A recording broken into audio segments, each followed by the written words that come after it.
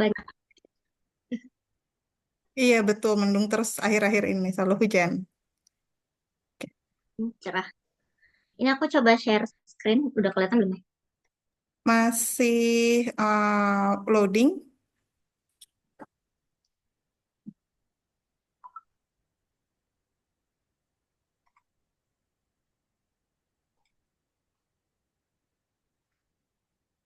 Masih loading ya. Hmm,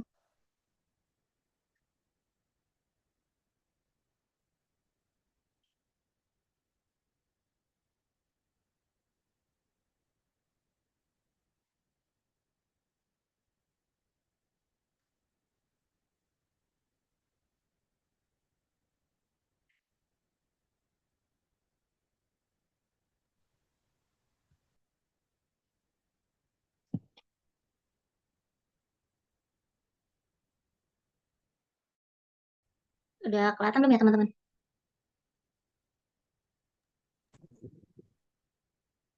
Ya udah. Oke, dimulai ya. Bismillahirrahmanirrahim. Em, Selamat kenal teman-teman. Boleh panggil Kak Afi atau Kak Hafizah. Tadi udah dapat gambaran nih dari Bu Fajria. Saya siapa, terus kerjanya ngapain selama ini. Jadi hari ini kita mau bahas pengembangan proposal bisnis konsultasi gizi nih. Karena kalau misalnya kita pertama kali bikin bisnis atau kita mau mengajukan bisnis, pasti kita bikin proposalnya gitu kan ya. Nah, jadi kita bakal bahas 3 poin utama hari ini, siang ini. Yang pertama, persiapan awal bisnisnya. Sebelum kita mulai bisnis, kita ngapain dulu ya biar bisnisnya ini bisa jalan. Terus yang kedua, kita belajar komponen proposalnya. Kita harus nulis apa aja. Yang terakhir, best practice dan promosinya gimana sih kalau bisnisnya udah mulai, maintainnya kayak gimana gitu. Em, Betulnya ini nanti kalau misalnya teman-teman punya pertanyaan boleh langsung chat, tapi nanti di akhir bakal ada sesi tanya jawab kalau mau yang on mic. Tapi kalau misalnya ada pertanyaan di tengah-tengah boleh langsung drop aja di kolom chat kayak gitu ya.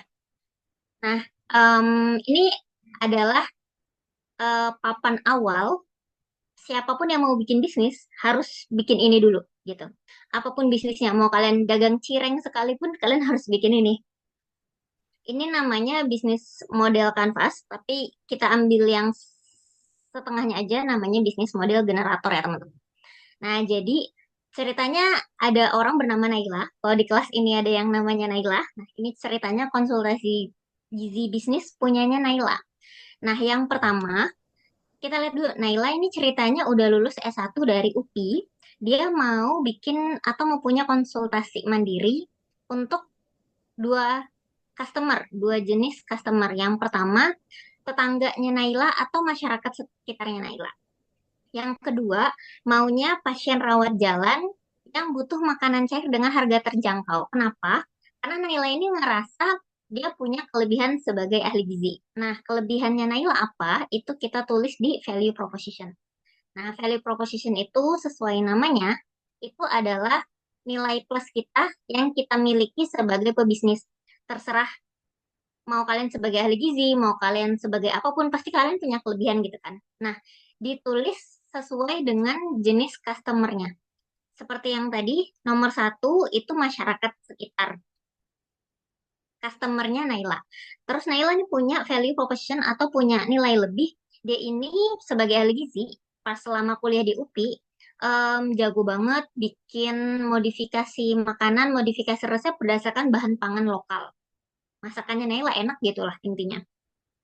Nah, terus Naila juga jago bikin produk enteral. Makanya dia mau bikin konsultasi gizi, tapi juga mau punya produk yang bikin makanan cair. Ceritanya kayak gitu. Nah, jadi ini ada urutannya ya. Meskipun kotak-kotaknya pisah-pisah, tapi cara penulisannya harus ngurut sesuai nomor yang tertulis. Kalau udah tahu mau kasih custom, mau ngasih konsultasi gizi ke siapa, terus punya nilai plus apa, sekarang kita cari cara promosiin, menyampaikan atau kalau di sini alur kali ya, bagaimana kita bisa menyampaikan nomor 2 ke nomor 1. Nah, alurnya lewat nomor 3. Nomor tiganya itu namanya channel. Biasanya kalau promosi sekarang kan lewat sosial media atau lewat rumah sakit sekitar. Nah, gitu. Lewat sosial media berarti Naila nanti mau kolaborasi sama komunitas penderita diet penyakit yang butuh enteral, terus mau promosi ke influencer gizi misalnya, ke ahli gizi, terus mau ngasih flyer ke rumah sakit atau klinik sekitar yang ngasih tahu kalau Naila ini sekarang punya konsultasi gizi loh, gitu. Nah, terus em, karena udah dipromosi ini, dari nomor 2, value proposition-nya, nilainya Nela, udah dipromosiin ke customer. Ketika habis itu ada yang konsultasi ke Naila, kita harus ngejaga biar customernya ini beli lagi atau konsultasi lagi. Atau biar customernya ini nanti sharing-sharing nih ke tetangganya atau ke temennya bilang, ini ada ahli gizi namanya Nela, konsultasinya bagus banget loh gitu. Caranya itu kita sebutnya customer relationship. Jadi yang pertama karena tadi promosinya lewat sosial media, kolaborasi sama komunitas penderita diet serupa, kita kasih voucher konsultasi dari kolaborasi komunitas. Jadi nomornya sama nih. Nah, terus yang kedua, kita bisa kasih diskon kerjasama dengan rumah sakit atau klinik terserah yang mana gitu. Jadi dengan 4 hal ini bisnis kita udah berjalan pertama kali. Nah, dari bisnis pasti ada pendapatan dong ya, ada hasil. Kita sebutnya revenue stream atau di nomor 5. Nah, dari mana Naila dapat dana menjalankan bisnis sehari-hari? Yang pertama dari pemberian jasa konsultasi. Yang kedua ini mungkin kalau bisa dibilang bagi hasil kali ya. Misalnya rumah sakit nanti dapat berapa, misalnya ngasih pasien ke Naila, terus nanti Naila kalau memberikan pasien ke rumah sakit nanti dapat potongan berapa atau dapat dana berapa rupiah kayak gitu. Em, untuk sekarang ada bayangan ya. Ini basic banget. Siapapun harus kalau mau mulai bisnis harus banget mulai dari sini. Nah, sekarang ini QR code-nya nggak kelihatan ya. Sorry. Kita pakai Bitly-nya aja ya. Teman-teman boleh buka di handphone masing-masing. Kalau misalnya ini join lewat laptop, kalau misalnya join lewat laptop, buka tab baru aja. Buka Bitly, bit.ly, garis miring, MK, konsultasi gizi, sesuai yang ada di layar teman-teman.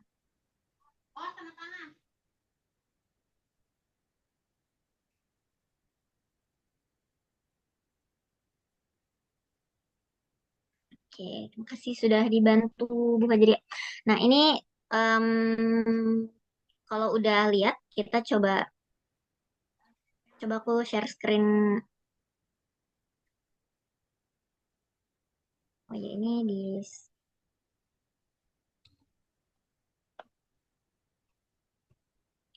coba kita buka bareng ya PPT ininya.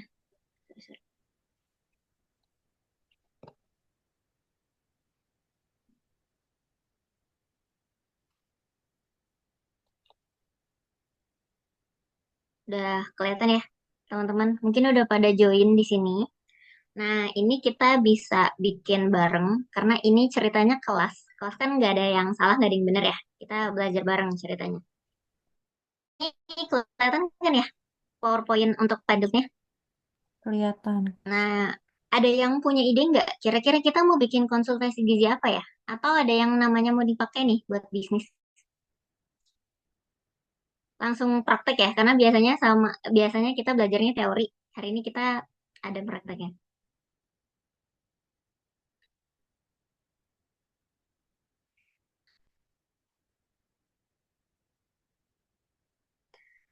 Ada yang mau, ada yang punya ide nggak? Kira-kira kita bikin konsultasi gizi apa ya?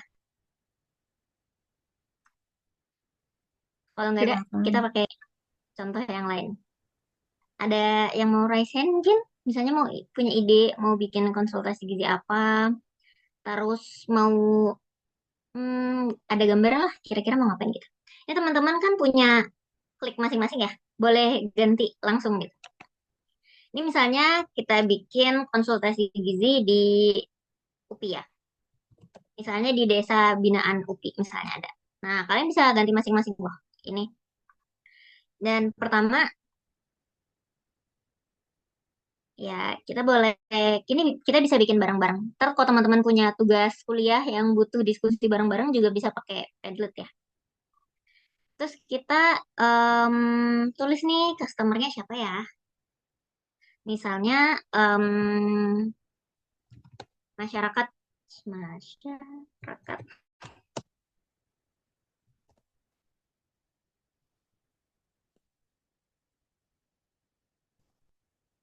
Ini misalnya aja ya. Nah, misalnya kita mau ngasih hmm, customer kita yang direncanain jadi customer itu masyarakat desa binaan. Terus yang kedua, misalnya ibu yang memiliki anak stunting misalnya. Tuh. Nah, berarti nggak apa-apa nanti aja guys. Kalau misalnya kira-kira nih, kalau misalnya masyarakat binaan gizi nilai ke bawah. Nilai yang harus kita punya buat ngasih konsultasi gizi ke masyarakat binaan harus siapa ya? Berarti kan harus ahli gizi atau mahasiswa UPI ya? Karena kan satu tempat gitu.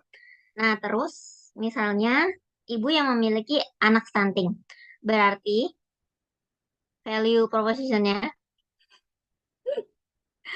value propositionnya atau berarti kayak sudah belajar soal penanganan stunting. Penanganan stunting. Oh. Nah, terus kita promosi ini lewat mana nih? Kalau ada promosi atau kayak ada konsultasi gizi, kita bisa tulis di sini misalnya sosmed kampus atau prodi gitu. Nah, terus yang di sini karena kita maunya ke desa, berarti di sini kita lewat kantor desa atau misalnya kita kasih poster di posyandu. Misal ya. Nah, terus karena kita udah promosi di sosmed kampus, berarti kita customer relation-nya ngapain ya? Yang kira-kira nanti ibu-ibu desa binaannya ini balik lagi. Contohnya kita ngasih konsultasi gratis. Nah, terus yang kedua kita ngasih apa ya? Misalnya karena channelnya itu lewat kantor desa, kita kasih misalnya tote bag atau goodie bag buat kader. Misalnya gitu ya. Nah, nanti teman-teman bisa dapat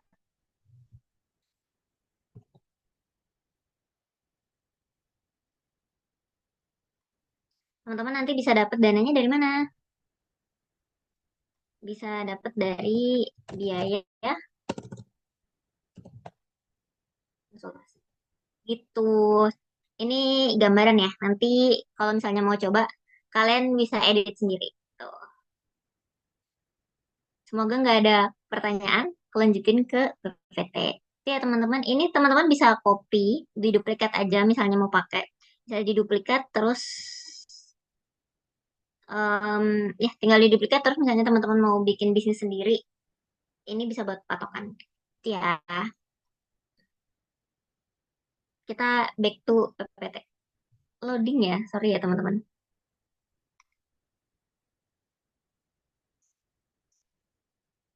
Nah, begitu kita sudah belajar soal bisnis itu, em, apa ya, kayak kita udah belajar kayak menggambarkan kita nanti mau bisnis apa, mau ngapain, kita punya nilai plus apa kalau mau bikin bisnis. Sekarang kerjaan kita adalah mencari, kita mau ngerjain bisnis ini sendiri atau kita mau cari partner. Itu. Ini penting kalau misalnya mau buat apa namanya?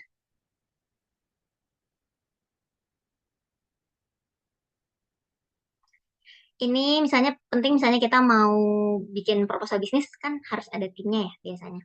Kita kenalan dulu mungkin kalau teman-teman karena gizi jadi mungkin belum pernah dengar.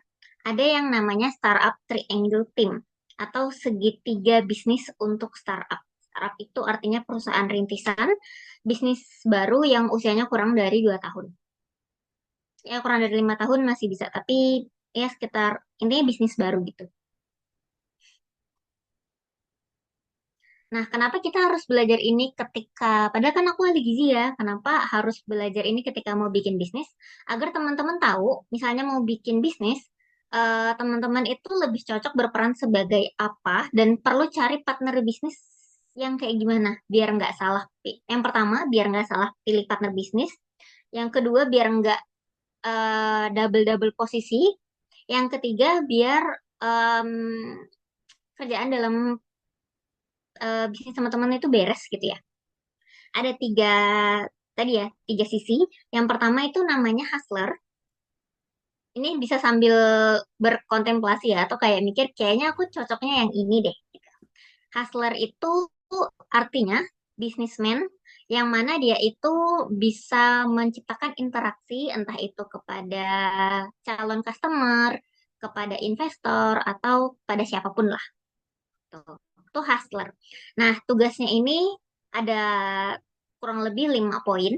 Dia ini ceritanya meyakinkan calon pembeli.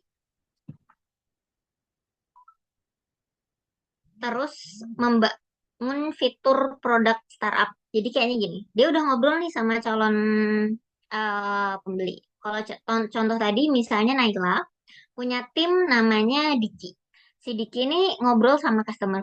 Ibu ini saya mau bikin konsultasi, nanti bisa dapet produk makanan cair. Kira-kira apa ya yang ibu butuhin sebagai pasien kalau misalnya ketemu sama ahli gizi? Nanti Diki yang catat, baru nanti Diki kasih feedbacknya kepada tim gitu. Nah, yang ketiga itu harus bisa menjual ide atau menawarkan kerjasama kepada calon investor, misalnya ada investornya. Terus sebagai wajah perusahaan di sosmed, dan tugasnya juga ngerekrut tim baru. Jadi kalau misalnya kita butuh orang baru nih, orang tambahan, yang wawancara biasanya itu anak hustler. Tuh. Dan kompetensi yang dibutuhin, kalau misalnya teman-teman itu mau jadi hustler, itu yang pertama adalah public speaking yang bagus. Good public speaking, bisa menyampaikan dengan tenang, lugas, jelas, terus berpenampilan rapi dan tampak profesional gitu. Gak mungkin kalian ketemu pasien terus kalian pakai hoodie atau pakai jeans gitu kan kurang oke ya. Nah, yang kedua itu ada hipster. Hipster itu desainer, tapi tidak harus selalu dalam tanda kutip jurusan desain ya. Bahkan kalau kalian gizi pun pasti ada belajar bikin leaflet dan lain sebagainya. Kalian adalah hipster gitu. Nah, hipster itu orang yang membuat produk itu enak dilihat untuk pengguna. Contoh tugasnya buat landing page atau website, terus bikin branding company profile, bikin desain produk, terus ngetes ini produknya kira-kira diterima apa enggak ya sama pasar. Nah, jadi tadi kan ada hustler ya teman-teman, dan ini ada hipster. Biasanya, sorry, biasanya yang bikin ide itu hipsternya. Kayak ini konsultasi gizi kita di brandingnya sebagai konsultasi di gizi premium atau yang ramah pemula dan sebagainya. Nanti yang menyampaikan itu hustler tadi gitu. Jadi nggak semua orang itu ternyata harus bisa semuanya ya. Ternyata kita harus bagi-bagi gitu. Atau kita bisa memenuhi em, bisa nge-backup satu sama lain. Nah, untuk kompetensinya biasanya anak hipster itu karena kerjaannya ngedesain dan membuat ide, itu biasanya bisa ngedesain, bisa ngedit video, bisa nulis, dan bisa bikin wireframe atau kayak alur alur dari bikin produk, testing dulu, misalnya belanja dulu, dan lain sebagainya. Itu adalah hipster. Yang terakhir, itu kita butuh hacker. Hacker itu developer. Kalau yang tadi desainer, yang ini developer. Hacker itu tugasnya buat produk, dan dia itu yang memimpin kalau misalnya anak hipster atau hustler punya ide, itu gimana biar dia itu jadi produk beneran. Kerjanya bikin aplikasi, bikin landing page. Kalau isi tulisannya yang bikin tadi anak hipster, yang ngebikin landing page-nya itu anak hacker. Terus intinya dia tukang mengatur teknologi perusahaan gitu. Nah, kalau misalnya dalam kasus konsultasi, klinik konsultasi gizi, kan nggak selalu butuh aplikasi baru ya, atau nggak selalu butuh website baru. Nah, hacker ini dia adalah developer. Jadi kalau misalnya tadi dalam konsultasi gizi Naila dia mau buat produk enteral, berarti yang tugasnya membuat produk enteral, yang membuat produk itu adalah hacker gitu. Karena dia adalah yang mendevelop produk. Nah, kompetensi biasanya itu butuhnya coding, programming, eh, pemrograman lah intinya. Kecuali dalam kasus yang tadi, berarti tugasnya adalah modifikasi produk enteral. Tuh. Itu teman-teman. Jadi itu adalah gambaran eh, tim startup, triangle startup. Apakah satu posisi harus satu orang? Jawabannya enggak. Terus apakah setiap startup butuh minimal 3 orang? Jawabannya juga enggak. Lebih boleh, kurang juga boleh. Kalau kurang, misalnya kalian memulai bisnis berdua, artinya salah satu dari kalian yang memulai bisnis itu harus mumpuni di dua posisi. Karena kalau kurang salah satu, bisnisnya nggak jadi. Atau kalau misalnya semuanya hipster, semuanya bisa ngedesain, nggak ada yang bisa jual produknya nggak kejual, nggak laku produknya. Terus misalnya ada yang cuma bisa bikin aplikasi, tapi desainnya jelek, nggak laku juga aplikasinya. Misalnya ada yang bisa ngobrol doang sama calon customer, tapi produknya jelek, laku nggak barangnya? Ya mungkin dibeli sekali, habis itu nggak bakal ada yang beli lagi. Gitu. Jadi kalau kalian mau mulai bisnis, kalau kalian mau bikin proposal bisnis, kalian harus tahu dulu kalian ini posisinya apa. Terus misalnya, biasanya ada kayak PMK gitu nggak sih teman-teman? Nah, ketika kalian buat tim, kalian tuh bisa mengidentifikasi, oh ini orang nih, ini tim, kurangnya orang yang nggak bisa desain. Kalau misalnya ada orang baru yang masuk dan dia nggak bisa desain, terus dia bisa posisi yang sama kayak kalian, mungkin bisa dipertimbangin, kira-kira butuh nggak di tim ini gitu. Nah, jadi bisa cari kekurangannya tim ini tuh siapa dan butuh kompetensi apa.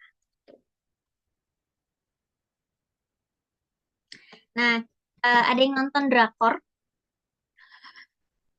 ada yang nonton drakor teman-teman, drama Korea. Sejujurnya saya tidak nonton sampai tamat ya, mungkin episode 2 atau 3, tapi ini terkenal harusnya teman-teman tahu. Nah, jadi ini drakor judulnya Startup dan mereka ini punya posisi yang beda. Namanya siapa ya? Jujur namanya agak lupa tapi saya ingat posisinya. Di sini ada yang mau nebak nggak? Ini dari tanda tanya, itu warnanya udah dibedain. Tanda tanya yang warna biru kira-kira posisinya apa ya? Ada yang tahu nggak? Hacker ibu. Mana tadi yang bersuara kenapa malu-malu? Hacker ibu. Hacker ya, iya betul. Posisinya hacker. Nah, jadi karena dia ini bisnisnya kalau nggak salah di bidang teknologi juga, jadi wajar kalau hackernya lebih banyak tuh. Karena ya proporsi kerjanya lebih besar gitu. Terus yang warna pink posisinya apa ya? Kalau nggak ada ya, entah kalau kalian nggak nonton, tidak perlu nonton juga ya teman-teman. Ini cuma buat happy-happy, probably. Tuh, Hustler ibu. ya betul. Jadi yang warna pink, apa lagi namanya siapa? Pokoknya yang warna pink ini, mbaknya ini, dia itu posisinya sebagai hustler. Jadi kerjaan dia itu adalah mempresentasikan bisnis di depan orang lain, dan dia juga kalau tidak salah yang merekrut tim desainnya, kalau tidak salah. Nah gitu. Jadi dan posisi hustler itu nggak selalu CEO-nya ya. Posisinya bisa ditukar-tukar bebas yang mana. Cuma timnya komplit. Nah, terus Mbak yang hijau ini, dia ini kompetensinya bisa desain. Jadi dia adalah hipster. Jadi lengkap ya. Ada 3 posisi tadi. Jadi apapun bisnis kalian, sebenarnya 3 posisi tadi ada. Gitu. Nah, sekarang kita belajar soal komponen proposal.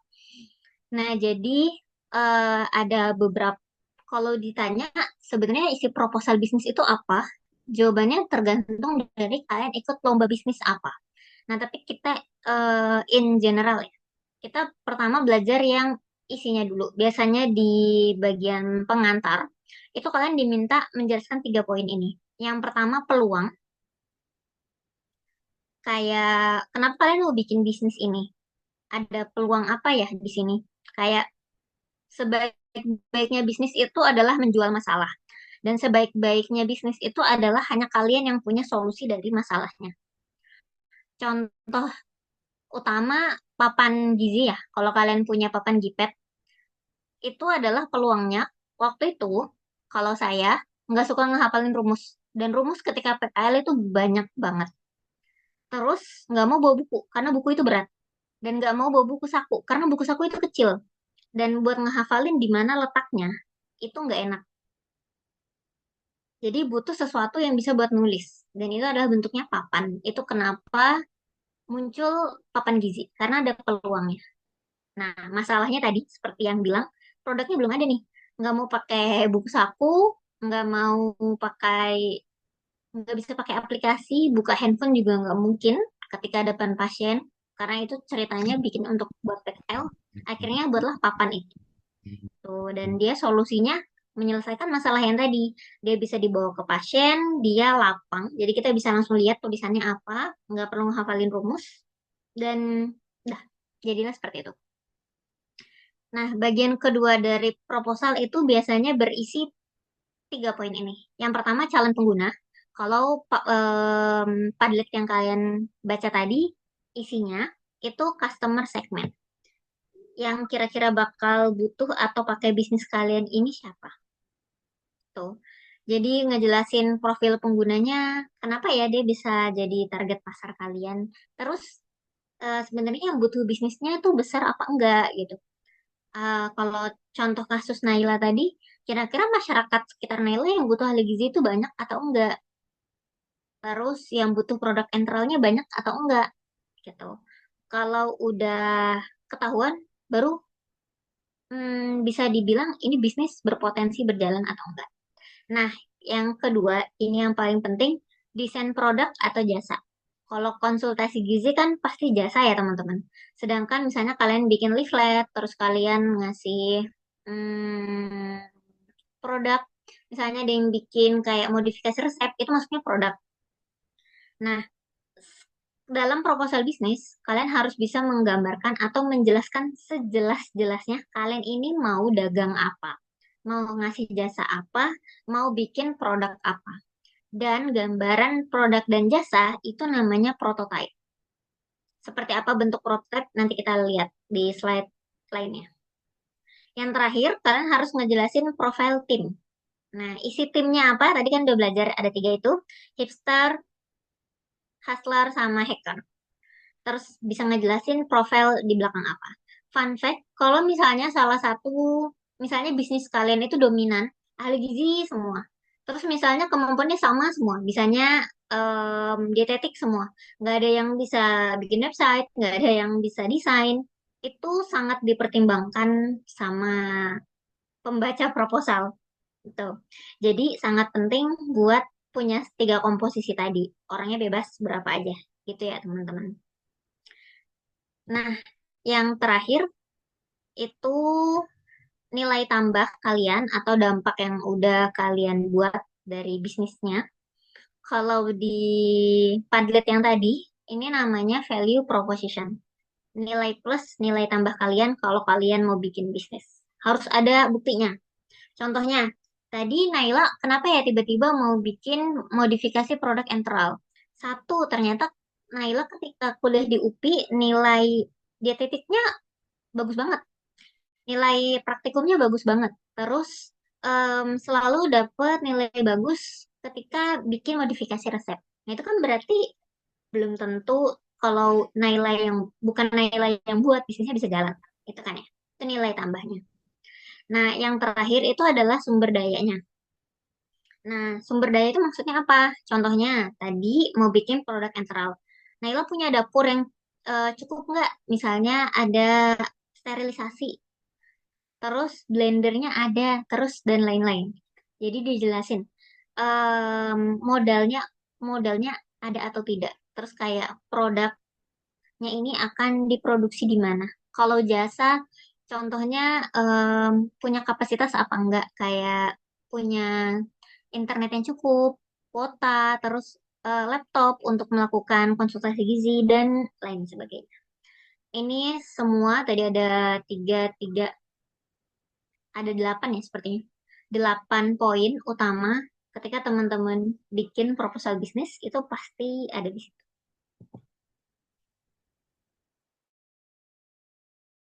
Tuh. Nah, sekarang kita belajar soal prototipe-nya. Prototipe tadi itu apa, teman-teman? Prototipe itu gambaran jasa atau produk yang mau kalian buat di proposal bisnis. Nah, dia ada 3 jenis. Semakin bagus, semakin advance, semakin bagus proposal kalian. Dan dipastikan menang misalnya kalian ikut lomba bisnis. Yang pertama itu yang low dulu. Dia itu cuma gambaran secara kasar. Contohnya ya, kalau mau bikin konsultasi gizi Naila.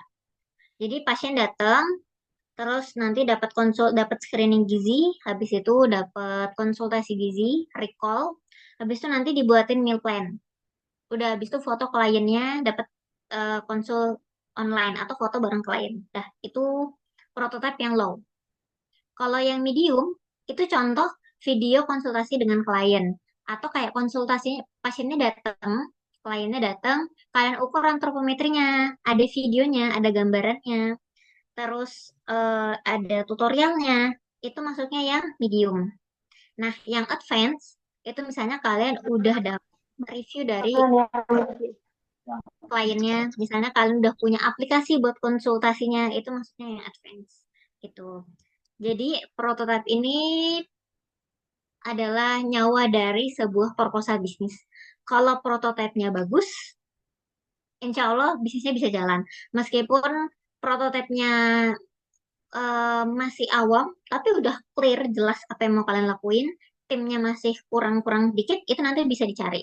Nah, yang penting adalah prototipe, karena prototipe ini ide yang kalian jual ke siapapun yang membaca proposal bisnis kalian.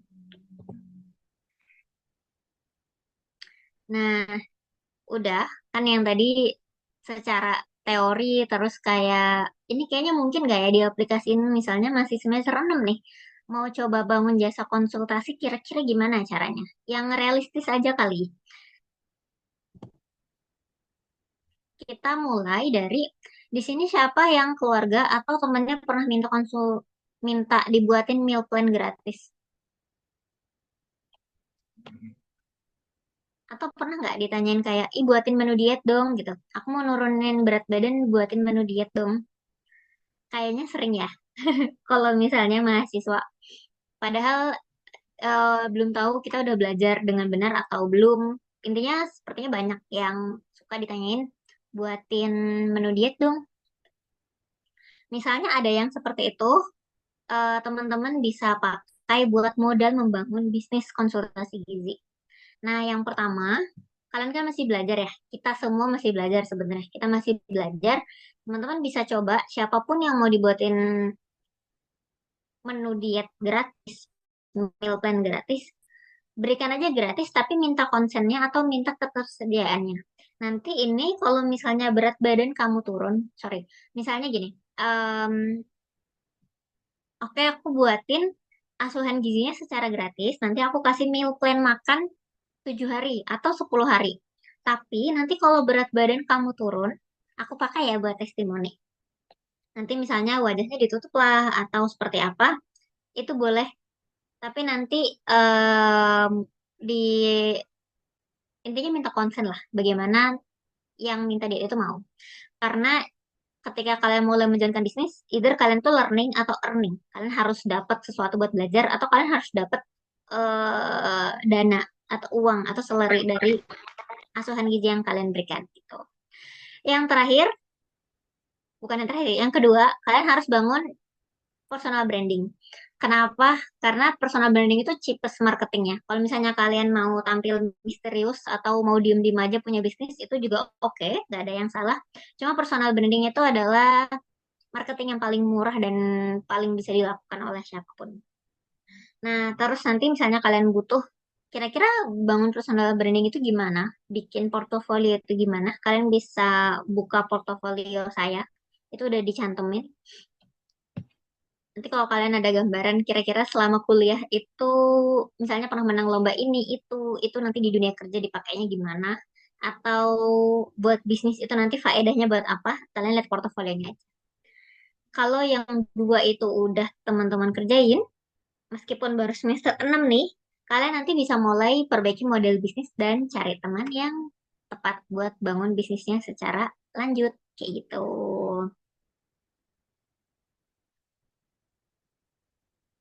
Nah, ini adalah notes paling penting hari ini. Tadi sempat ketinggalan. Kalau misalnya kita buat konsultasi gizi, ini adalah kesalahan paling awam yang biasanya dilakukan sama teman-teman ahli gizi, yaitu tidak mengerti change of model, tidak mengerti tahapan-tahapannya. Padahal tidak semua orang itu siap buat diet, tidak semua orang itu siap buat dapat konsultasi gizi.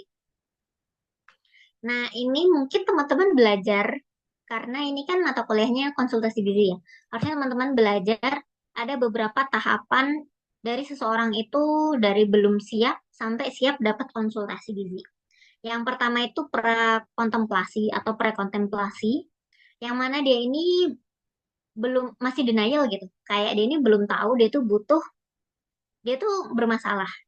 Contohnya ya, ada orang udah obesitas banget, jalan udah sulit, terus napas udah ngos-ngosan, tapi ditanya mau diet apa enggak? Jawabannya enggak ah, badan yang sekarang masih nyaman. Nah, kalau kalian dapat pasien seperti itu, terus langsung kalian kasih meal plan, kira-kira mau berubah apa enggak pasiennya? Pasti nggak mau ya. Kayak nyusahin doang. Nah, setiap tahapan perubahan ini, cara kita sebagai ahli gizi menanganinya itu berbeda. Kalau pasiennya masih prekontemplasi, dia masih denial kalau dia itu punya masalah gizi, berarti tugas kita sebagai ahli gizi menyadarkan, di sesi pertama ketemu ya, menyadarkan bahwa ibu ini nih sebenarnya kesehatan ibu ini bermasalah loh. Ibu ini sebenarnya punya masalah gizi. Dari diagnosa gizi yang saya lakukan, ibu tuh punya masalah gizi berupa A, B, C, D. Kalau masalahnya tidak kita tangani sekarang, nanti di masa depan bakal jadi masalah yang lebih besar. Intinya dibuat sadar dulu kalau misalnya pasien ini punya masalah. Terus kalau misalnya pasiennya itu udah masuk tahap fase kontemplasi, dia udah ngerasa punya masalah, tapi dia nggak tahu cara memperbaikinya gimana. Ngerasa berat badannya udah berat, tapi nggak tahu cara diet itu gimana. Terus mau diet ngerasanya makanan tuh masih mahal, belum tahu berubahnya lewat mana. Nah, di sini teman-teman baru bisa encourage atau ngasih meal plan sederhana yang gampang-gampang aja dulu, yang gampang-gampang dilakuin. Mulai dari tidur tidak begadang, terus kayak langkah kaki sehari 5.000. Pokoknya yang gampang-gampang dilakuin dulu. Karena kalau langkahnya terlalu sulit, nanti pasiennya mundur.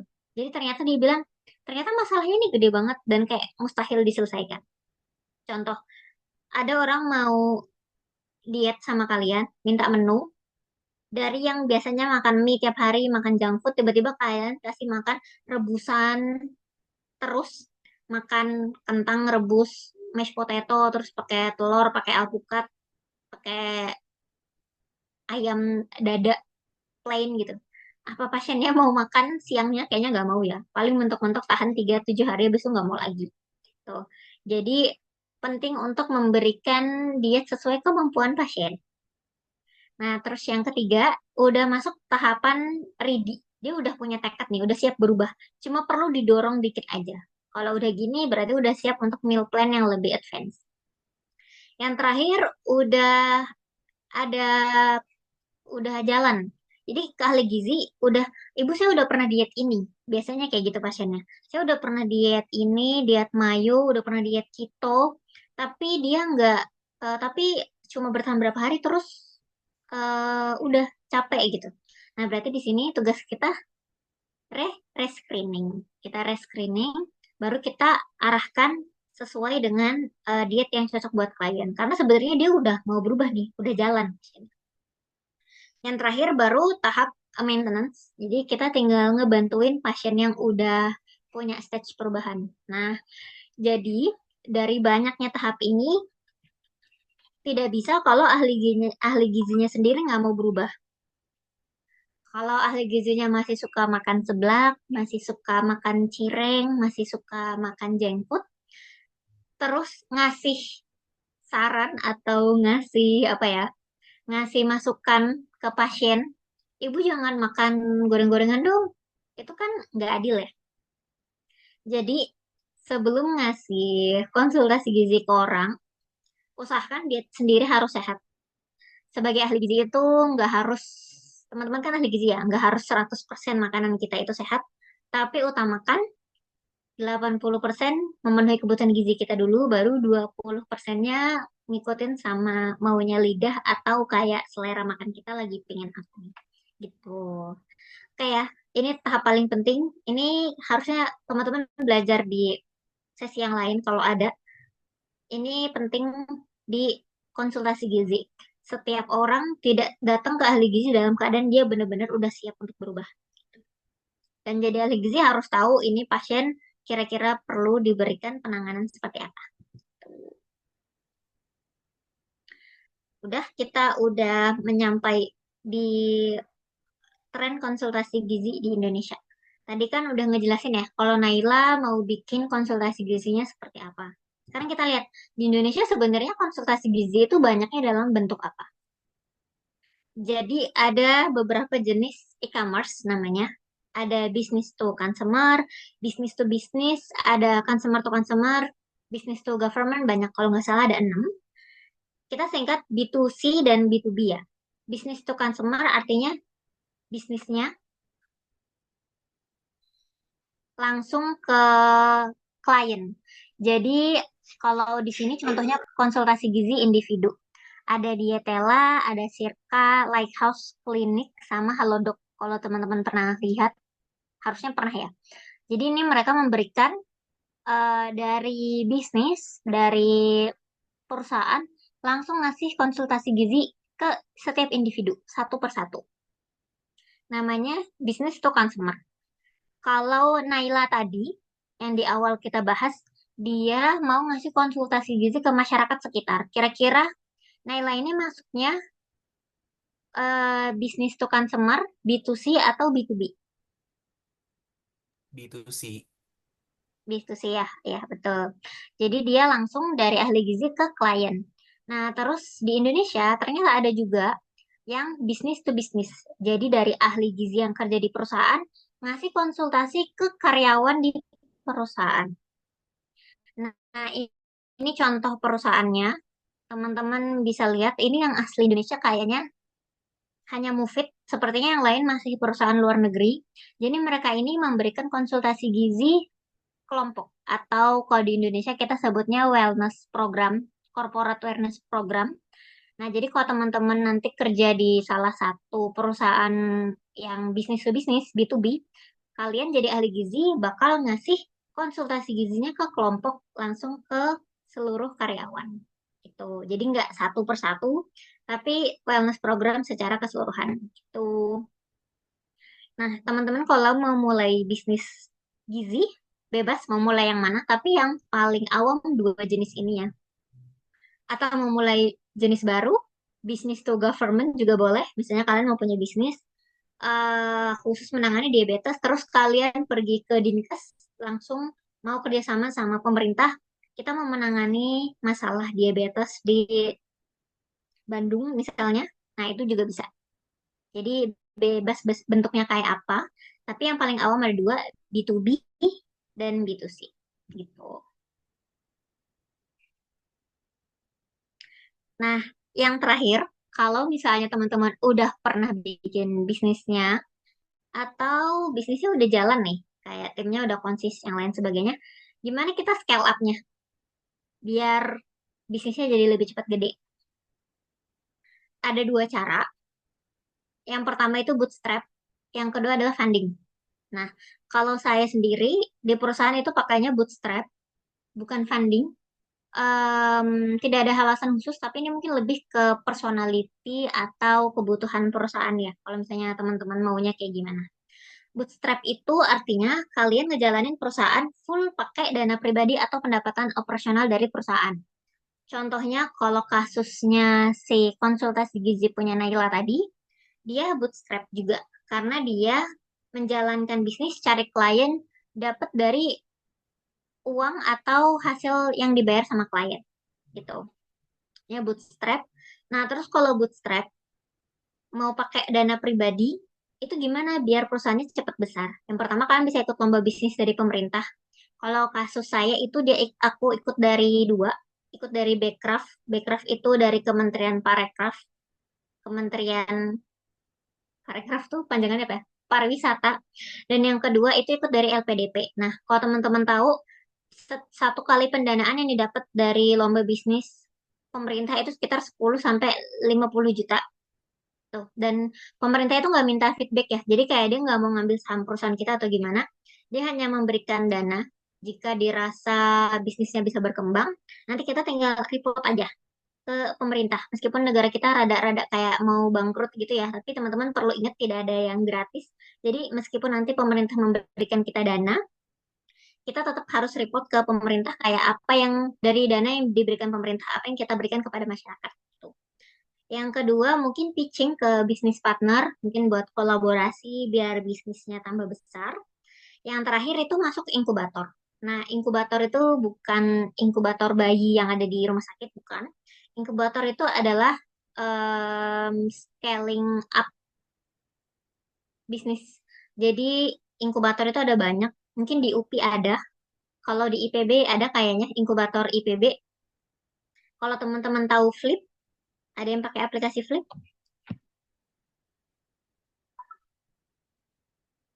Ya, pokoknya itu aplikasi untuk transfer gitu ya, teman-teman. Nah, Flip itu adalah sebuah startup yang muncul dari inkubator kampusnya, dari UI. Jadi UI itu punya sebuah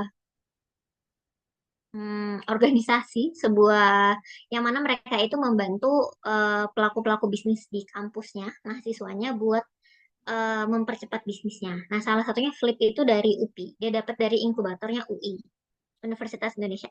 Tuh. Yang kedua, jalur pendanaan funding.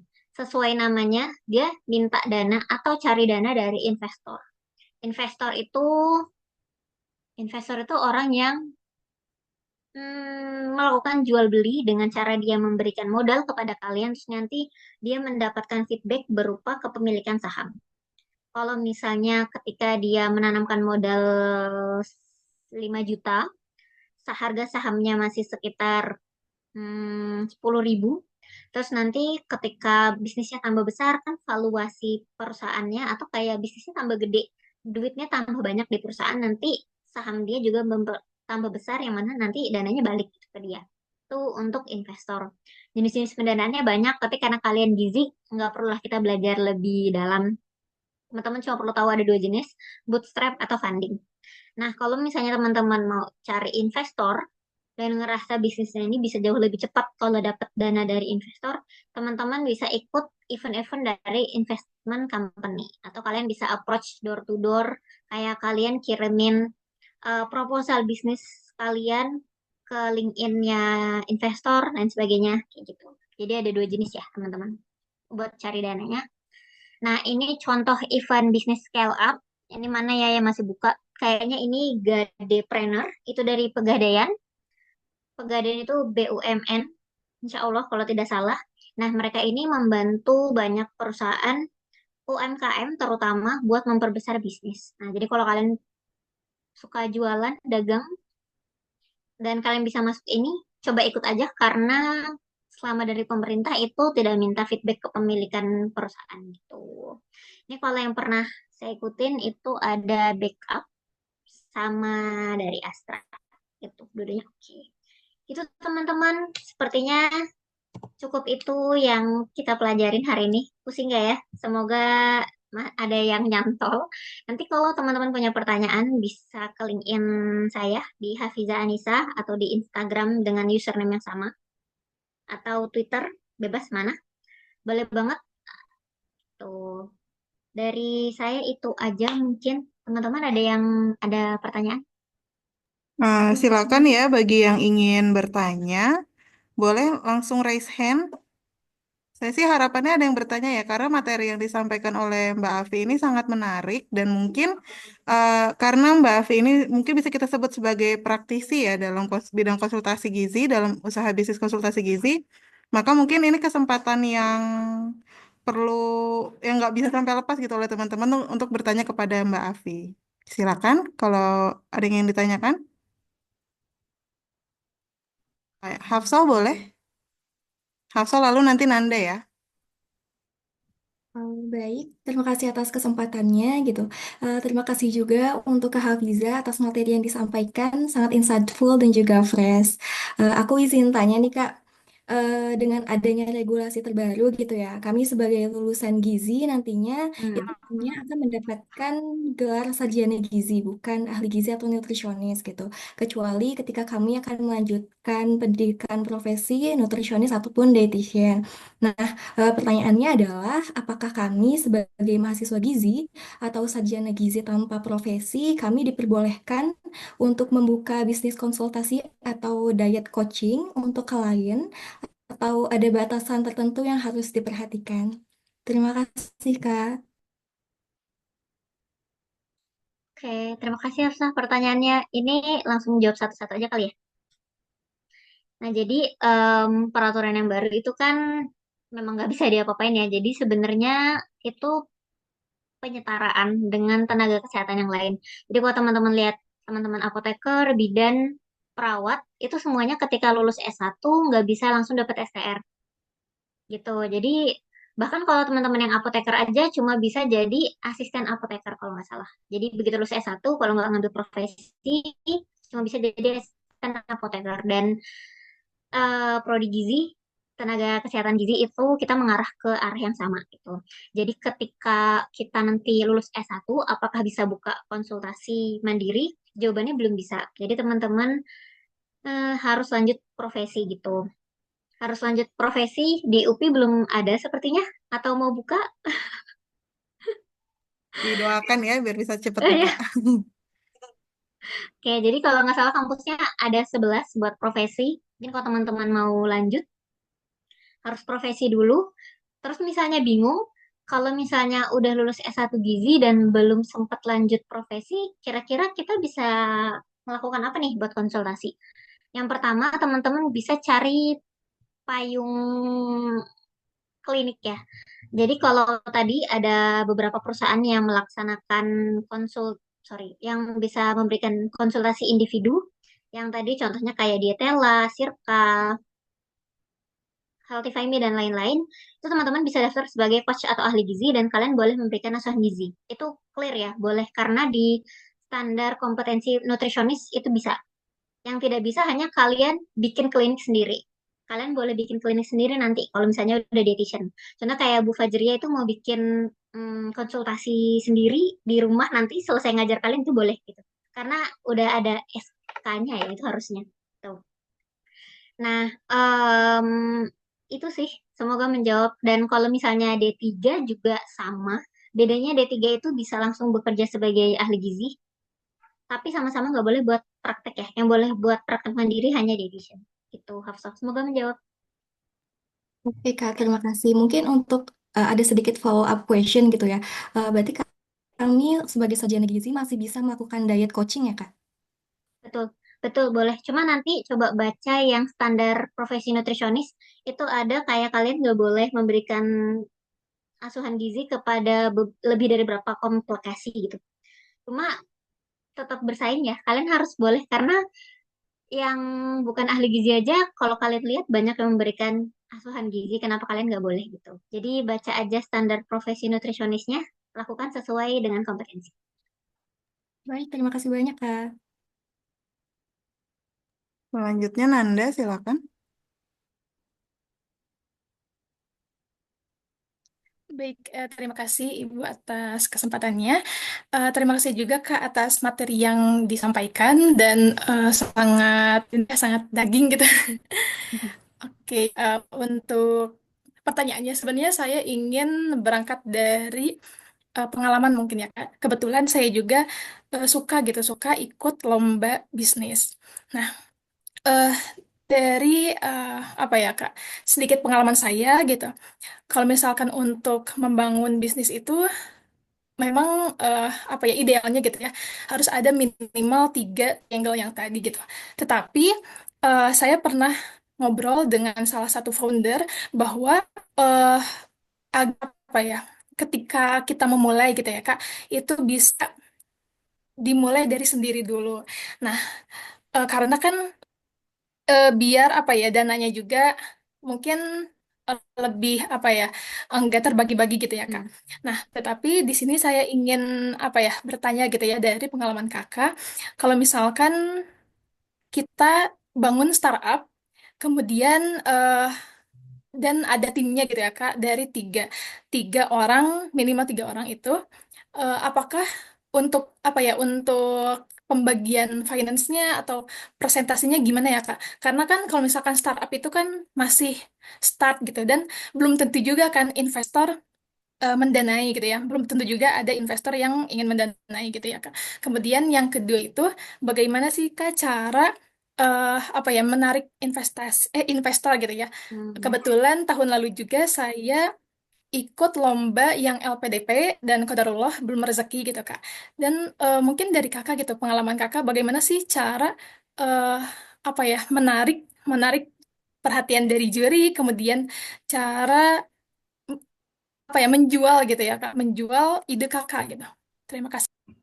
Oke, itu very practical question ya. Jadi jawaban yang pertama, punya ide. Pasti banyak ya yang punya ide bisnis kayak mau jualan apa aja. Punya ide bisnis tapi belum ada temennya. Cari teman, cari bisnis partner itu lebih susah daripada sama kayak cari suami teman-teman. Susah. Susahnya tuh kayak cari orang yang klop sama kalian terus kayak yang satu visi sama kalian tuh susah banget dan itu tidak terelakkan. Jadi betul, kalau misalnya ada ide bisnis daripada kita nunggu nggak ada temennya, jalan sendiri aja dulu itu betul. Terus cara menutupnya gimana? Nah, kan tadi teman-teman udah belajar ya, kayak hipster, hacker, sama hustler. Kalian identifikasi dulu diri kalian itu sanggupnya ngambil posisi yang mana. Nah, posisi yang tidak ada, ganti jadi teknologi. Contoh, tidak ada orang yang bisa desain. Kalian pakai Canva contohnya. Atau kalian pakai AI. Terus nggak ada yang bisa bikin website. Kalian boleh bayar orang buat bikin websitenya. Misalnya nggak ada yang bisa ngurus sosmed. Berarti kalian bisa em, cari orang buat bayar websitenya. Nggak harus jadi tim, tapi bisa kalian beli jasanya. Atau kalau kalian tidak bisa, pakai teknologi untuk menutupi kekurangan itu. Itu yang paling sederhana. Sampai dirasa kalian butuh orang baru, baru kalian cari. Jadi mulai aja dulu. Kalau mau punya bisnis, mulai aja dulu. Masalah gagal apa enggak nanti, yang penting jangan tulis coming soon doang. Dijalanin aja dulu. Gitu. Terus tadi pertanyaan yang kedua, em, kayak tentang investor dan duit ya. Jadi misalnya kalian bikin bisnis nih, bikin bisnis terus udah ada uangnya nih masuk.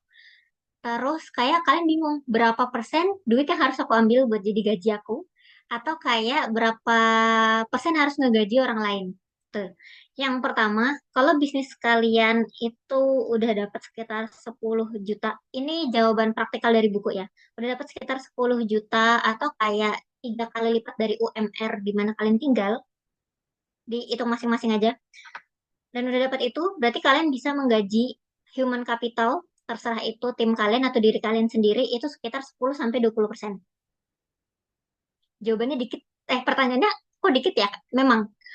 Jadi kalau ada bisnis owner kaya raya itu bisa jadi belum tentu dari bisnisnya dia. Karena gaji bisnis owner sama karyawan itu literally sebenarnya mirip-mirip atau sama aja. Jadi ya, 10-20% pendapatan bersih dari bisnis kalian. Sangat sedikit memang itu. Nah, terus cara pembagiannya gimana? Pembagiannya ada dua cara. Yang pertama bisa berdasarkan saham. Kalau kalian mau serius tahapnya punya saham di bisnis. Yang kedua dari jam kerja. Nah, karena biasanya orang-orang yang mulai bikin bisnis itu nggak langsung full time di kerjaan dia. Ada yang kayak sambil nyambi lah jadi mahasiswa, ada yang sambil kerja. Itu bisa dihitung dari berapa banyak jam kerja yang dia lakuin.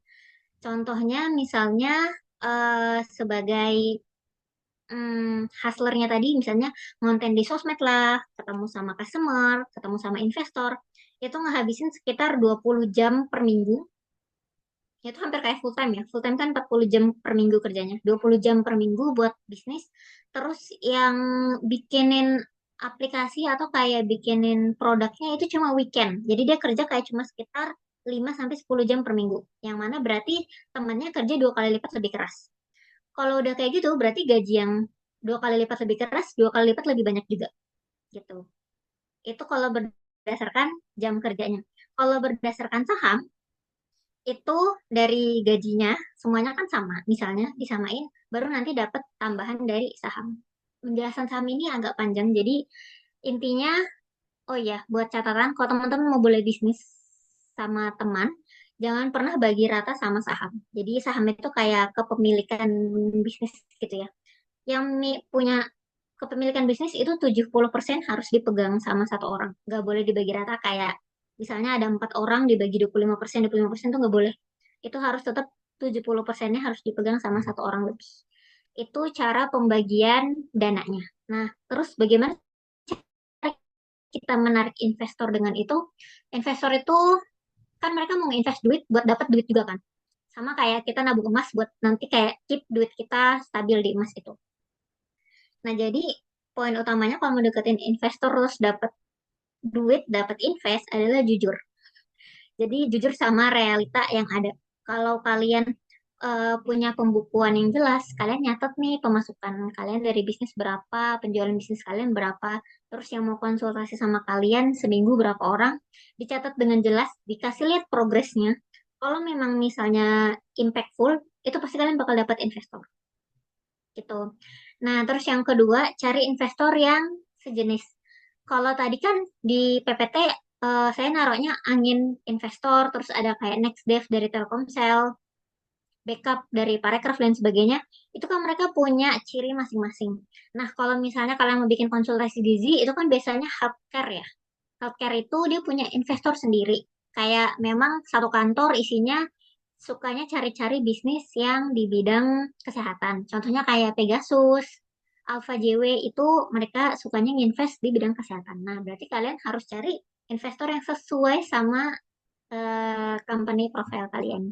Itu. Kalau semoga menjawab. Kalau misalnya bingung nanti aku coba elaborasi lagi. Cukup Baik, mungkin terima kasih Nanda. banyak, Kak. Ada lagi Cukup. pertanyaannya? Cukup ya. Mungkin yang lain ada yang ingin ditanyakan. Tadi udah ada Nanda dan juga Hafsah. Mungkin Fawas, oh ya, Anissa Seskia, silakan. Terima kasih Bu atas kesempatannya. Mohon maaf karena off-cam soalnya jaringan di sini. Jadi mau nanya terkait tadi kan kita udah bahas bisnis kalau misalnya menentukan harga untuk membuka layanan konsultasi gizi itu biasanya tuh gimana ya Bu? Apakah ada cara tersendiri atau gimana si bisnisnya gitu? Oke. Thank you, Anissa. Saskia, ini pertanyaan bagus ya. Kayak gimana kita mau nentuin harga atau kalau bahasa bisnis sebutnya red card. Red card buat kita sebagai ahli gizi, kita perlu bayar berapa ya?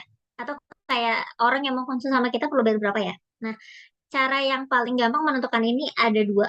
Yang pertama, kalian survei harga ke existing bisnis yang ada. Nah, dari situ kalian buat plot dulu. Contohnya kayak misalnya kita pakai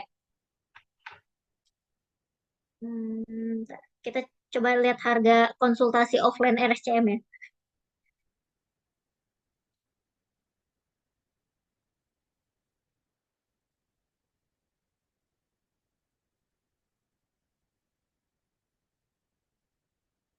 Oke, ini bacain contoh dari offline praktek salah satu ahli gizi di Jakarta. Untuk biaya konsultasi itu terdiri dari 525.000 satu sesi 40 menit. 500.000 40 menit guys. Terus dengan deposit 100.000 jadi ada biaya konsultasinya 425. Satu konsultasi 60.000. Nah, jadi ini kalau kalian lihat ahli gizi berpengalaman dietitian buka praktek 60 menit, 40 sampai 60 menit sesi pertama itu 525.000. Nah, berarti kalian sebagai ahli gizi, kan masih mahasiswa gizi ya, boleh pakai setengah, boleh pakai dari 2/3 sampai setengahnya. Kenapa pertimbangannya itu?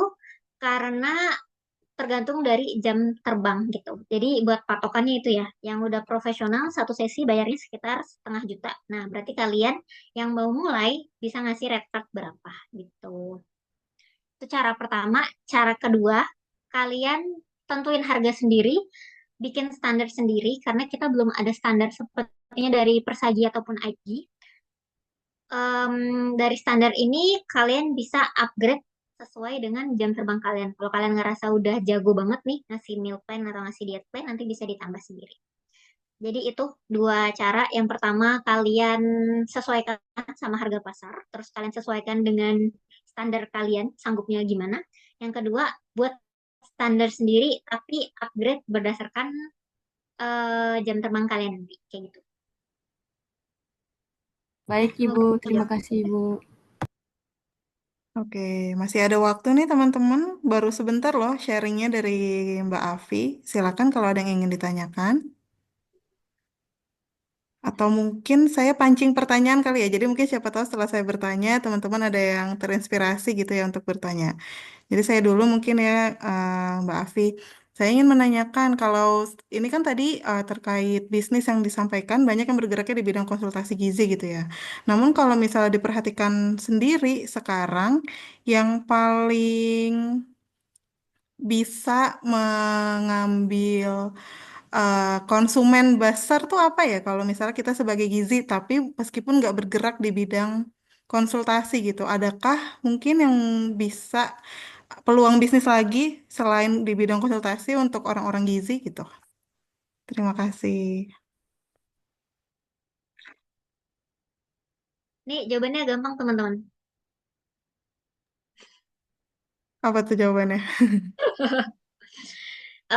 Jadi kalau misalnya kan kebayang ya lulusan gizi itu sebenarnya peluang kerjanya apa ya? Nah, sebenarnya peluang bisnis itu jawabannya adalah setiap mata kuliah yang kalian pelajarin. Jadi ketika kalian belajar ada gizi atlet, ada kalian belajar gizi karyawan, kalian belajar gizi anak dan lain sebagainya, itu adalah peluang bisnis masing-masing. Jadi kalau teman-teman bingung, paling awal ngapain ya? Kayak selain bikin konsultasi gitu. Ada nggak profesi lain yang bisa modifikasi resep selain ahli gizi? Nggak ada ya. Dokter gizi tuh nggak masuk dapur. Yang masuk dapur cuma kalian. Cuma kita. Yang masuk dapur itu cuma ahli gizi. Nah, berarti kalau misalnya modifikasi resep cuma bisa ahli gizi, berarti itu peluang bisnisnya ahli gizi itu. Sebenarnya pengen ngecek Padlet yang tadi sih. Ada yang iseng bikin nggak ya? Oh, nggak ada.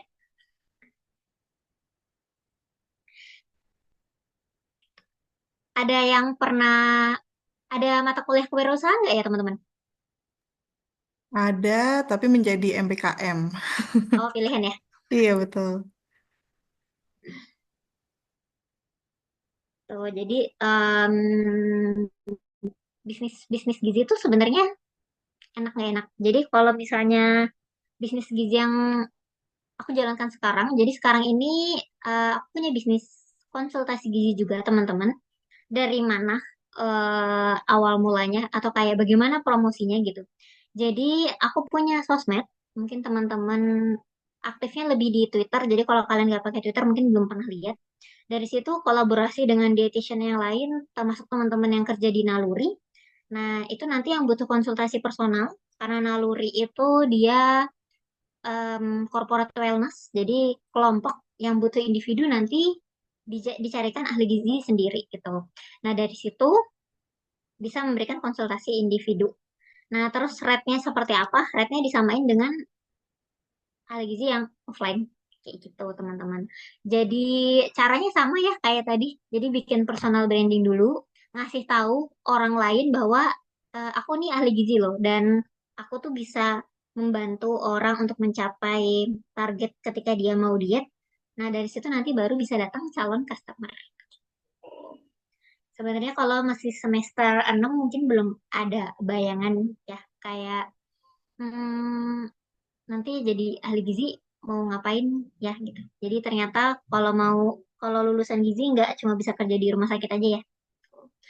Mungkin di sini ada yang mau kerja selain di rumah sakit. Kelihatannya banyak ya, malah kalau bisa nggak di rumah sakit deh kayaknya ya. Kenapa di rumah sakit itu enak teman-teman? Di rumah sakit seru. Di rumah sakit itu seru. Oke. Tergantung rumah sakitnya, tapi di rumah sakit itu sepertinya cukup seru. Cuma lebih seru bisnis sih. Tuh, mungkin bisnis, mungkin teman-teman ada yang mulai tertarik ya. Ada lagi yang mau ditanyakan, silahkan. Sayang waktunya nih. Oh ya, silakan Anissa sekali lagi ya. Boleh Anissa? Terima kasih Ibu atas kesempatannya. Suara saya terdengar dengan jelas tidak Ibu? Iya, jelas. Oh, oke, soalnya di sini koneksinya eh, ibunya nggak bergerak gambarnya. Oke, langsung aja ke pertanyaan Ibu. Tadi Ibu membahas terkait ibu yang buka jasa konsultasi gizi juga tadi. Nah, jadi pengen nanya tentang gimana caranya Ibu memberikan konsultasi ke yang tadi naluri, kan itu kelompok ya Bu. Gimana caranya biar kita tuh bisa memberikan konsultasi secara efektif dan efisien ke kelompok gitu kan kalau kalau pribadi kan lebih tertuju nih ke orangnya gitu. Kalau kelompok itu gimana ya Bu? Oke. Terima Pertanyaan kasih. bagus. Ya, pertanyaan bagus Saskia. Jadi kalau kelompok yang tadi kan kita udah ingat yang ini nggak, yang stage of change. Jadi yang pertama, kalau misalnya itu namanya corporate wellness. Jadi kalau misalnya teman-teman belum tahu, di perusahaan-perusahaan besar yang karyawannya lebih dari 2.000 atau 3.000, itu biasanya mereka punya program wellness untuk karyawan, biar karyawannya itu sehat. Kalau karyawannya sehat dan produktivitasnya meningkat, terus pendapatan perusahaan tambah banyak juga gitu kan. Nah, corporate wellness ini salah satunya selalu ada ahli gizinya. Nah, jadi sebelum mendapatkan konsultasi gizi, yang dilakukan apa teman-teman? Sebelum asuhan gizi kita harus ngapain? Asesmen Ibu. Sebelum asesmen kita ngapain? Di screening tuh. Ya betul, sebelum asesmen kita screening ya. Nah, jadi sebelum dibuat kelompok, salah, bagaimana mereka menjadi kelompok yang bisa kita berikan konsultasi dengan efisien? Jawabannya mereka udah screening. Dari screening itu biasanya mereka udah dikelompokkan jadi kelompok yang pre-kontemplasi, kelompok yang kontemplasi, kelompok yang udah siap berubah dan lain sebagainya. Nah, jadi komunikasinya akan tetap efektif karena kliennya homogen, gitu. Kesiapannya sama. Tuh. Jadi sama ya, maupun individu maupun kelompok, kalau misalnya mau konsultasi harus tetap diberikan screening dulu, gitu. Mungkin bedanya bentuk screeningnya ya, bukan screening malnutrisi karena mereka semua orang sehat, tapi ada screening sendiri untuk kelompok individu, gitu. Berarti Ibu, izin menanggapi Ibu, berarti dari kesiapan masing-masing orangnya sama atau enggak gitu ya? Atau Ya, betul. Itu jadi kayak kesiapan orang. Jadi ada mungkin bentuk formnya itu tergantung dari program yang mau dikasih sama ahli gizinya. Contohnya kayak misalnya siap nggak nanti telepon atau video call sama ahli gizi 1 minggu sekali 30 menit. Siap nggak setiap hari diminta mengirimkan foto makanan. Siap nggak misalnya diminta timbang berat badan. Atau siap nggak minta diikutin meal plan yang diberikan oleh ahli gizi 50%, 70%, 90% gitu. Nah, dari situ nanti kita bisa kelompokkan orangnya. Jadi, kemungkinan kalau ahli gizi itu biasanya cuma konsultasi ke 3 kelompok. Yang prekontemplasi, yang sebenarnya dia tuh nggak mau diet, cuma karena mungkin disuruh perusahaan atau karena hasil medical check-up-nya jelek gitu. Yang kedua itu kepada kelompok yang butuh dorongan. Biasanya kontemplasi, cuma dia butuh diajarin caranya dan didorong biar mau bergerak. Yang terakhir itu orang yang benar-benar udah siap. Jadi kalau di perusahaan biasanya di konsultasinya jadi 3 kali itu kepada 3 kelompok yang berbeda. Gitu. Izin menanggapi lagi, Bu. Nah, berarti kalau misalnya udah ada perubahan dari setiap orangnya nih, misalkan yang si A udah majunya sampai ke step tekadnya udah bagus gitu, sedangkan yang si B tekadnya belum ada atau gimana. Nah, itu tuh peran ahli gizi di dalamnya tuh nanti seperti apa ya gitu, Bu? Kan tiap orang tuh kemajuannya berbeda-beda nih. Nanti untuk tahap selanjutnya apakah dikelompokkan lagi ke yang sama atau seperti apa ya, Bu? Kemajuan kelompok itu biasanya bisa dihitung pakai rata-rata. Jadi kalau misalnya dia udah siap ke fase berikutnya, jadi kayak dari dia nggak mau diet, tiba-tiba dia udah ngerasa mau deh diet, Bismillah gitu. Nah, kelompok yang sebelumnya yang udah siap itu biasanya udah masuk progres yang malah dia tuh udah mulai belajar maintenance. Jadi tetap harus diikutin satu-satu sih itu. Meskipun dari awal dia berkelompok, tapi tetap namanya ahli gizi itu kita akan ngasih diet pasti personalize ya. Jadi meski kita ngikutin progresnya klien, nggak bisa dikelompok-kelompokin. Kelompok-kelompok mah cuma ketika awal kita menjelaskan program dietnya aja. Oh gitu, siap Ibu, dimengerti. Terima kasih banyak Ibu.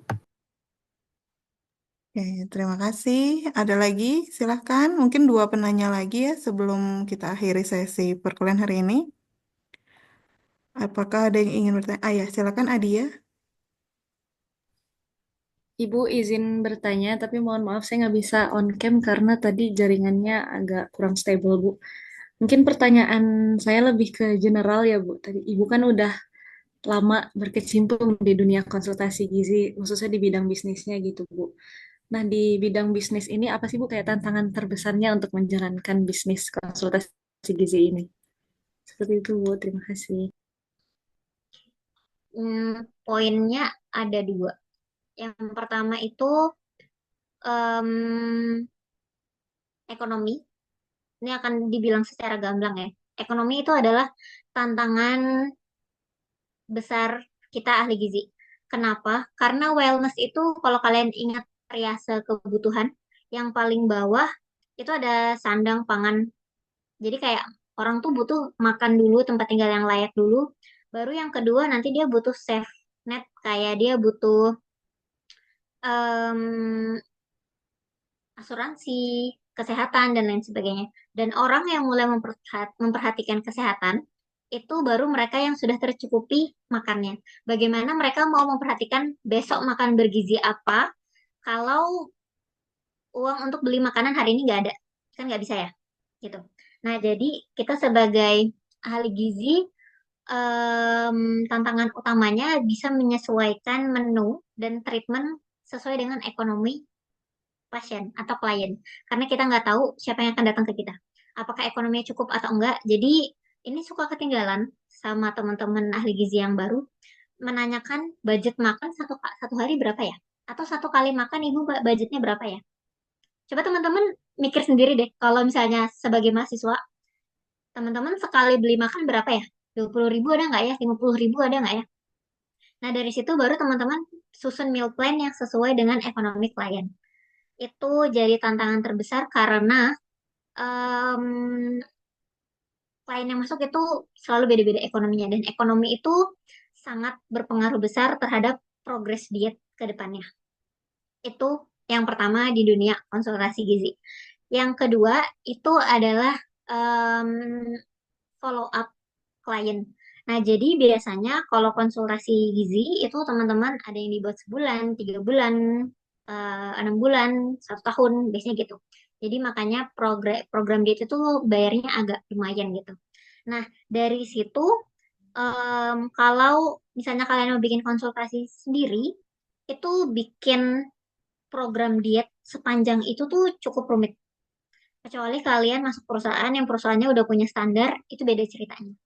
Tapi kalau kalian belajar bikin sendiri, nanti setelah 1 bulan pasiennya dikasih makan seperti apa ya? Atau setelah 3 bulan makannya seperti apa ya? Itu proses yang sulit. Nah, terus bagaimana cara menghadapi poin yang kedua ini? Kayak kita nanti nggak tahu nih bagaimana cara ngehandle klien dalam jangka panjang. Jawabannya, kalian belajar handle klien yang gratis dulu. Jadi kalau ada teman kalian yang minta bikinin menu gratis, diet gratis, latih itu apa ya? Teman kalian atau keluarga kalian dapat servis gratis, kalian dapat pelajaran gitu. Jadi memang harus meningkatkan jam terbang. Jadi ada dua ya kendalanya. Ekonomi pasien yang mana kita harus sangat menyesuaikan sebagai ahli gizi. Terus tapi yang mana ekonomi ini bakal terfilter dengan sendirinya tergantung dari branding marketing kalian gitu. Kalau kalian marketingnya contoh ya, em, Lighthouse, ada yang pernah lihat Lighthouse Clinic? Di Bandung ada nggak ya? Kurang tahu ya. Tapi di Jakarta itu sepertinya ada beberapa belas. Dan Lighthouse itu selalu buka kliniknya di mall. Nah, pasti orang pasti langsung terfilter dengan sendirinya. Kayak siapa yang kira-kira sanggup membayar ahli gizi di klinik itu dengan siapa yang sanggup bayar ahli gizi secara online gitu. Nah, cuma sebagai ahli gizi kan kita tidak boleh membedakan pasien ya, tidak boleh membedakan klien. Jadi itu tantangannya, harus bikin meal plan sesuai dengan dana dapur dan seleranya klien. Terus yang kedua, jam terbangnya harus tinggi karena hmm, pasien yang datang itu sangat berbeda dengan apa yang kalian pelajari di teori. Contoh ya, contoh kalian ada belajar klien hmm, epilepsi, contohnya, misalnya udah belajar pasien diet epilepsi di dietetik, ternyata dia kalau misalnya di dunia nyata, di lapangan itu beda banget sama di teori. Kalau di teori bilangnya harus dapat diet keto, tapi ternyata kalau di lapangan tunggu pasiennya em, udah resisten sama obat dulu. Kalau belum resisten sama obat, ternyata masih dapat diet gizi seimbang. Nah, kayak gitu-gitu. Jadi butuh banyak pengalaman dan butuh banyak keahlian. Gitu. Semoga menjawab ya. Ya, satu lagi terakhir ya dari Salma. Silakan Salma hari ini. Baik, Ibu, terima kasih atas kesempatannya. Saya mau izin bertanya karena kebetulan saya juga udah mau memulai menjual produk makanan sehat gitu di Instagram, juga udah buka Instagramnya. Nah, tapi salah satu tantangan saya dalam menjalani bisnis ini tuh terkendala di waktu, karena sebagai mahasiswa kan kayak kita harus bagi waktu gimana kita bisa bisnis sama kita berkuliah juga. Nah, pertanyaan saya adalah kira-kira kami sebagai mahasiswa yang ingin memulai menjalani bisnis itu bisa mulai dari mana ya, selain kita tuh bisa menjual produk makanan atau minuman, karena secara peraturan tuh kan kita belum boleh juga kan untuk memberikan konsultasi gitu, konsultasi gizi. Itu sih Kak, makasih. Oke. Em, ini sebenarnya pertanyaannya lebih ke kayak kalau baru mahasiswa gizi kita bisa mulai bisnis apa ya yang legally oke gitu kan. Betul kalau misalnya ngasih konsultasi itu belum boleh langsung. Tapi seperti yang saya bilang tadi, teman-teman boleh latihan dengan ngasih em,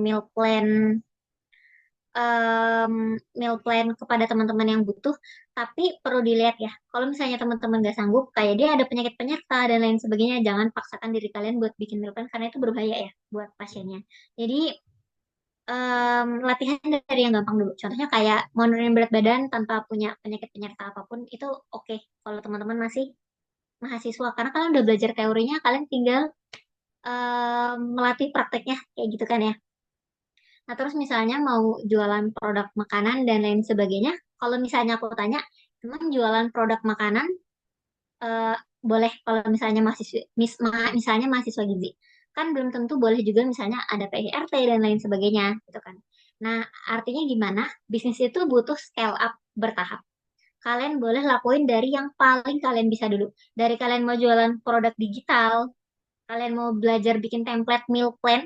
Meal plan itu kan ada ini ya kayak jurnal jurnal jurnal diet dan lain sebagainya. Itu boleh banget. Terus sebagai mahasiswa gizi, apa yang bisa kita lakuin pertama kali gitu? Kayak kita bisa bisnis apa ya? Jawabannya dari balik ke papan yang pertama tadi. Yang pertama kalian cari customer-nya dulu. Yang kedua kalian cari value proposition-nya. Nah, kalau misalnya value proposition kalian atau kayak nilai plus kalian belum bisa konsultasi, tapi baru bisa bikin modifikasi resep, Berarti itu yang kalian jual pertama kali. Gitu. Jadi bisnis itu bukan tentang apa yang bisa kita jual, tapi bisnis itu kayak masalah apa yang bisa kita selesaikan. Nah, kalau sebagai mahasiswa gizi kita belum bisa menyelesaikan masalah konsultasi gizi, selesaikan dulu masalah yang bisa kalian beresin gitu. Jadi ingat ya, sebaik-baiknya bisnis itu menyelesaikan sebuah masalah dan sebaik-baiknya produk atau jasa itu adalah solusi dari sebuah masalah gitu. Bisnis apapun itu. Jadi dia bukan menjual barang, tapi dia menjual solusi dari sebuah masalah. Berarti kalau misalkan kita memberi meal plan yang basic-basic itu masih boleh ya, Kak? Boleh. Dan nanti teman-teman bakal belajar kalau misalnya pertama kali buat meal plan, teman-teman bakal nanti dicoba deh kayak, oh ternyata meal plan versi satu ini nggak efektif. Terus nanti bakal teman-teman coba lagi sampai kalian bakal ketemu meal plan yang mana ya yang enak, yang beneran dipakai buat kerja. Kalau kalian udah semester 6 ya, 1 tahun lagi nggak sih lulus? Ya kan ya? Tinggal magang kayak gitu. Jadi kalau kalian bingung bisnis apa, saran saya yang paling gampang adalah cari masalah. Cari masalah sebanyak mungkin.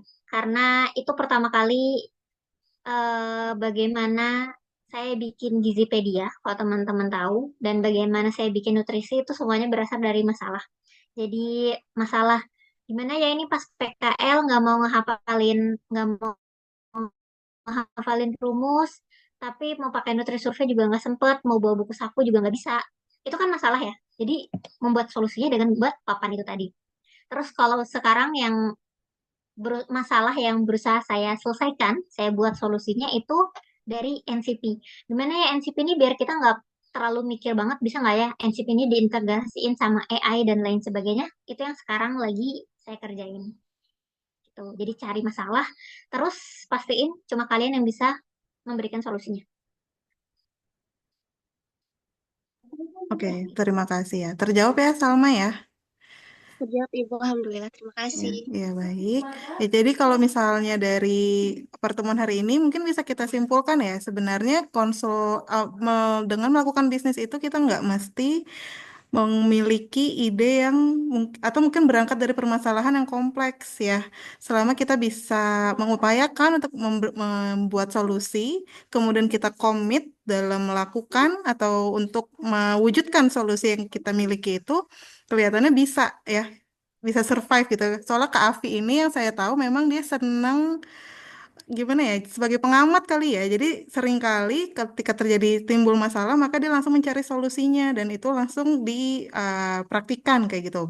Sehingga dan itu muncul menjadi ide bisnis biasanya oleh Kak Afi. Makanya mungkin kalau tadi kalian lihat pengalaman bisnisnya banyak dan memang berangkatnya dari permasalahan sehari-hari yang pasti akan ditemui oleh kita gitu, khususnya sebagai orang yang bergerak di bidang gizi kayak gitu. Semoga pertemuan hari ini bisa menjadi uh, insight baru ya bagi teman-teman bahwa ternyata nggak perlu loh kita memberikan berpikir yang terlalu kompleks. Ternyata dari kehidupan sehari-hari, kemudian juga solusi yang kita berikan, ternyata bisa dari hal-hal sederhana bisa berangkat menjadi ide bisnis yang besar begitu. Mungkin kita bisa applause dulu ya untuk Kak Afi. Terima kasih banyak atas materi yang diberikan. Terima kasih juga sudah menyediakan waktunya untuk mengikuti dan mengisi kegiatan di hari ini. Semoga berkah ya, khususnya di bulan Ramadan gitu ya materi yang diberikan. Dan teman-teman juga memperoleh ilmu yang baru dan bisa bermanfaat begitu. Oke, terima kasih. Jika tidak ada yang ditanyakan, mungkin bisa kita tutup ya pertemuan hari ini. Kurang lebihnya mohon maaf. Nanti untuk materinya saya izin untuk share ke teman-teman mahasiswa ya. Oke, baik. Terima kasih. Wassalamualaikum warahmatullahi wabarakatuh. Waalaikumsalam warahmatullahi wabarakatuh. Terima kasih banyak, Ibu. Terima kasih, Ibu.